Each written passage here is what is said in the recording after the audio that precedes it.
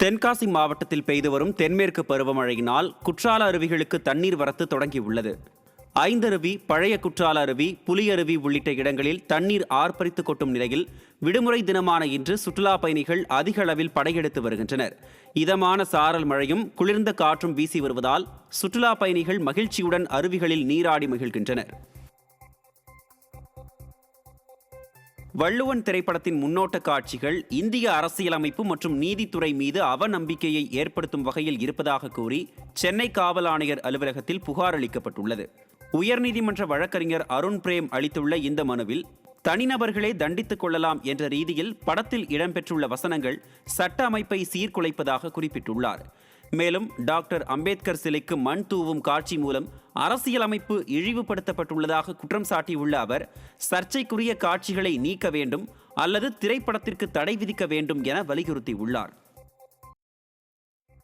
தேனி மாவட்டம் கடைமலைக்குண்டு கிராமத்தில் சாதி மத பேதமின்றி 24 சமுதாய மக்கள் சகோதர ஒற்றுமையுடன் கோயில் திருவிழா நடத்தி அசத்தினர்.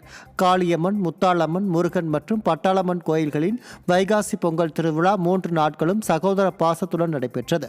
விழாவில் பக்தர்கள் மேலதாளங்கள் முழங்க வைகை ஆற்றிற்கு சென்று அம்மனுக்கு கரகம் எடுத்து வந்து வழிபட்டனர்.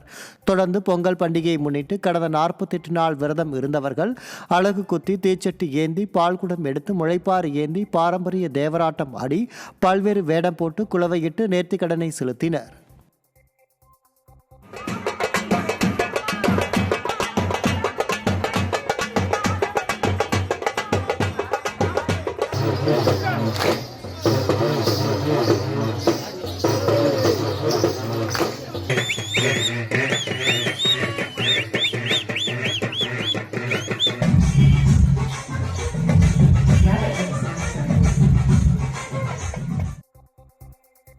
புதுச்சேரி அருகே உள்ள கோட்டக்குப்பத்தில் தலித் முதியவரின் சடலத்தை அடக்கம் செய்ய அப்பகுதியினர் எதிர்ப்பு தெரிவித்து தாக்குதல் நடத்தியதால் பதற்றம் நிலவி வருகிறது. இதனால் ஆத்திரமடைந்த 500க்கும் மேற்பட்ட ஆதி திராவிட மக்கள் உயிரிழந்த நபரின் சடலத்தை கோட்டக்குப்பம் ரவுண்டானாவில் வைத்து மறியல் போராட்டத்தில் ஈடுபட்டனர். உச்சநீதிமன்றம் தீர்ப்பு இருந்தும் அதிகாரிகள் மயானத்தை ஒப்படைக்காததே இந்த மோதலுக்கு காரணம் என பொதுமக்கள் குற்றம் சாட்டியுள்ளனர்.